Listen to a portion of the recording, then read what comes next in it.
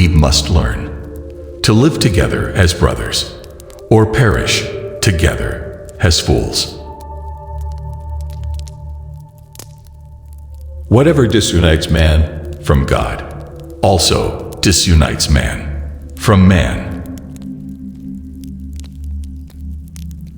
We cannot live only for ourselves. 1,000 fibers connect us with our fellow men. Remember, brothers, even united spiders can tie down a great lion. The deepest level of communication is not communication, but rather communion. It is wordless beyond speech and beyond concept. Finally, brothers, rejoice, aim for restoration, comfort one another, agree with one another, live in peace, and the love of God and peace be with you all. Even the weak become strong when they are united. Where there is unity, there is always victory.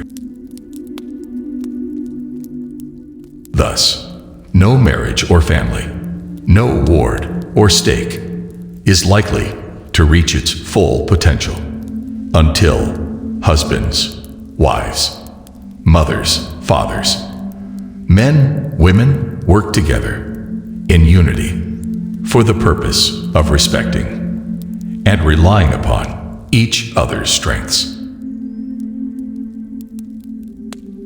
Unity without verity is no better than conspiracy. Remember this: unity is strength, division is weakness.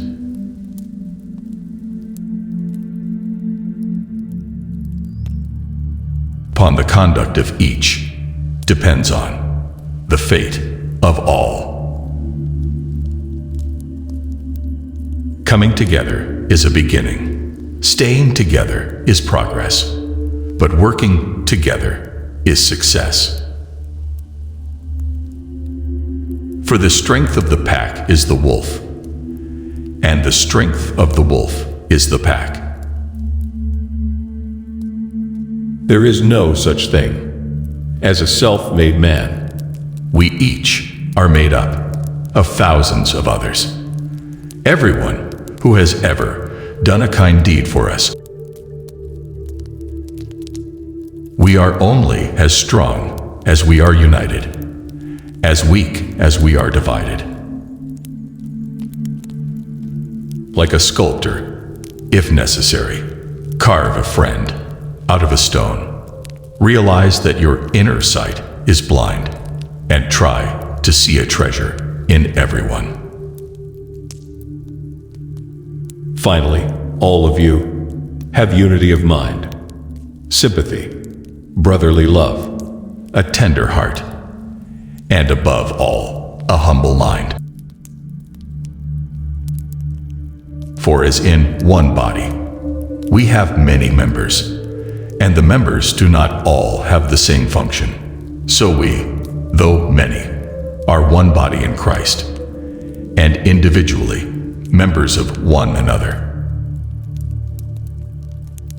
Live in harmony with one another.